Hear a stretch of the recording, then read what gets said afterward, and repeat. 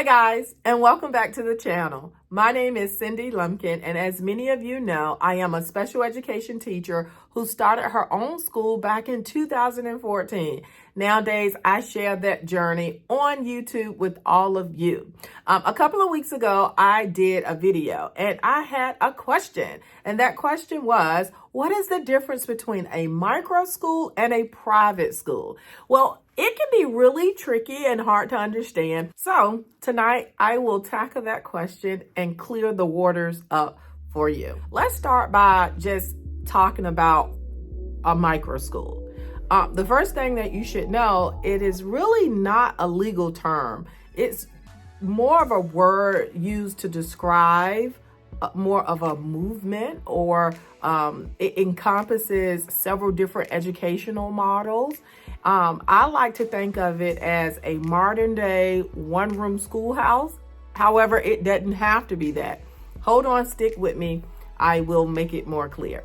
All right. So the word micro to me is the biggest thing that really set it apart. Micro means small, obviously, right? And micro schools are generally small schools. They're generally very flexible in how they're run. You may have some that are part-time. You may have some that are full-time. Some may be a hybrid program. Again, you may have 5 students all the way up to 100 students, but they're marked by programs that generally are very flexible. They generally meet the needs of families and local communities. They do a lot of personalized instruction. They can be theme schools, right? They can look like a learning pod that meets inside of someone's home or a church, or they can have their own building. So really, it's just a term that describes something that is smaller, flexible. For me, I've started adopting the name micro school. I just learned it maybe a year or two ago. I do have a private school, and that was the question, right? What's the difference? Really, there's not a big difference, or it doesn't have to be a big difference, right? So, okay, let me go back to my situation again. I actually have a private school that is accredited, but my private school does not compare to the local private school. Like, I am surrounded by schools that cost like $30,000, and they have these massive campuses with all of the stuff, right? And they are usually traditional educational models. Well, obviously, I don't have that much stuff. My tuition is way lower, and that's another difference. Micro schools tuition do not, or are not generally comparable to private schools. But the thing is, you can, although I'm a private school, I still really meet that definition because I'm small and I look more like a private school. My program is really flexible. Prior to even learning that word, I used to tell people all the time, I am what you would get if a private school and a public school married each other and had a baby, right? So I'm not as structured as those programs. I'm not as, I don't want to say unstructured, or as, I guess, flexible as your typical stay-at-home mom homeschooling her kids, right? I'm somewhere in the middle.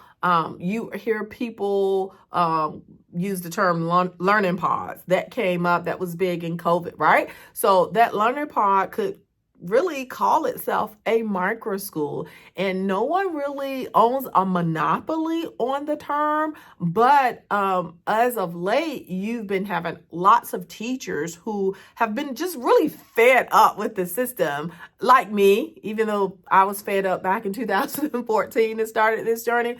But you're having so many other teachers who are really fed up, but a lot of them really love teaching. So instead of giving up their desire to teach, they're becoming entrepreneurs and they're starting their own educational programs. It's not as difficult depending on your model and how you do it. Now, there was a little extra work, and what I did because I wanted to be accredited.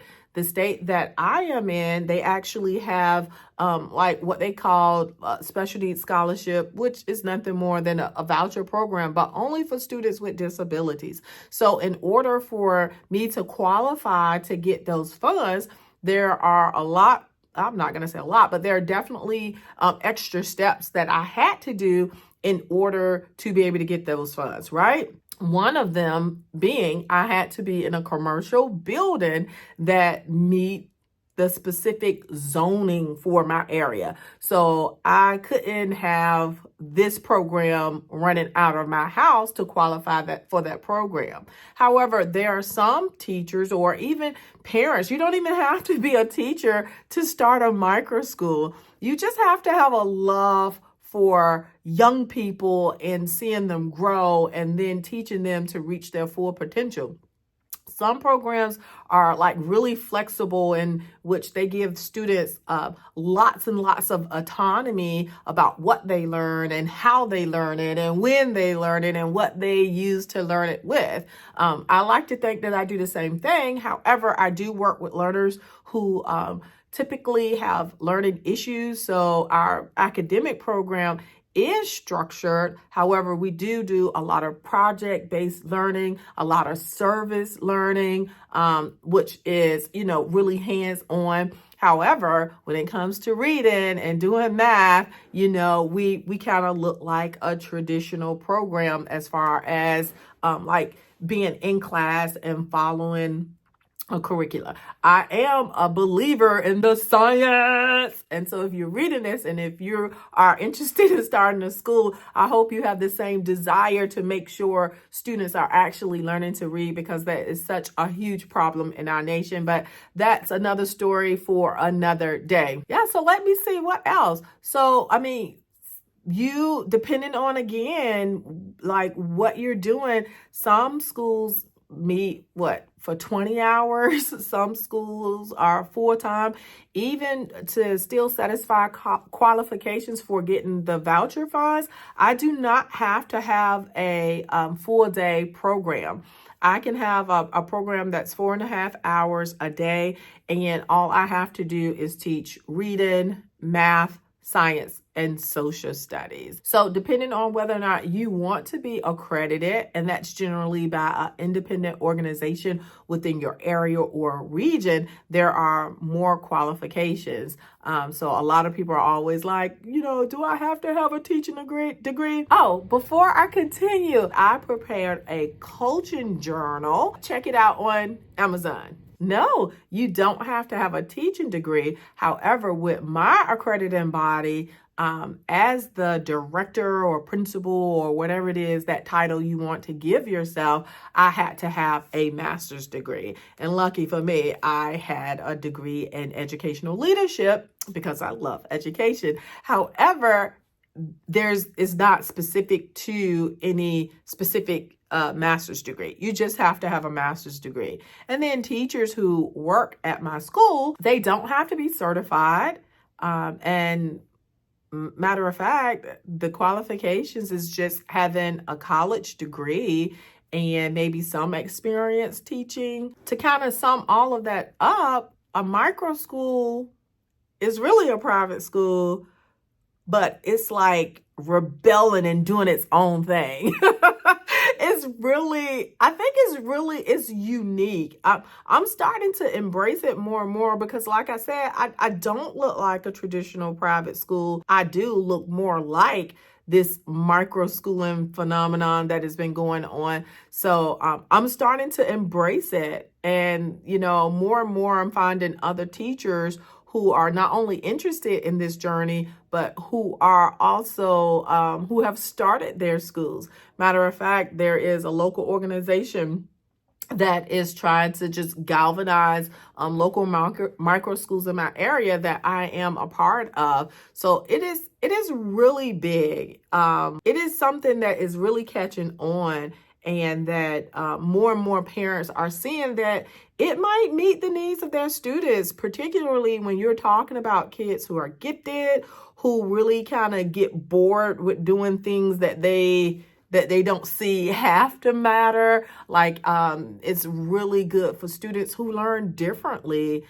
In my environment, I am able to do what's needed, right? And all that other fluff we don't do, and we don't have to do because we're not regulated by the government. So a lot of these programs, again, they can be classical, they can be nature-based, self-directed learning, like anything literally that you can dream up. You can start a microschool, and as long as you have a niche that people need or that your community needs, then you're all good to go. Matter of fact, there's a microschool out in Florida who is like doing something like with boats, and they go sailing and they do all of this stuff. And then in Florida is an area where you see a lot of microschools just booming and just different forms of alternative education. But there's also, I believe she's in Florida. I wish I could remember her name or the program's name,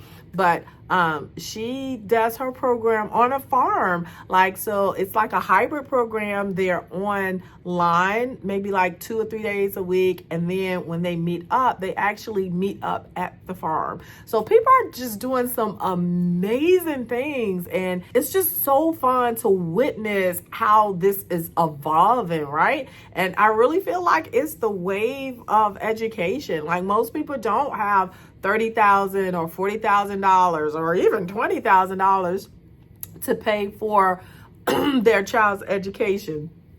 And so micro schools are like doing a really good job with like different learners at a fraction of the cost. So I hope that answered your question. If you have any questions surrounding starting your own school, please just put it below. I love doing these types of videos because it gets specifically to what you are wondering about. So just let me know in the comments your questions, and I might just make a video on it next. All right, until the next time, guys, do me a favor. Please click that button and subscribe.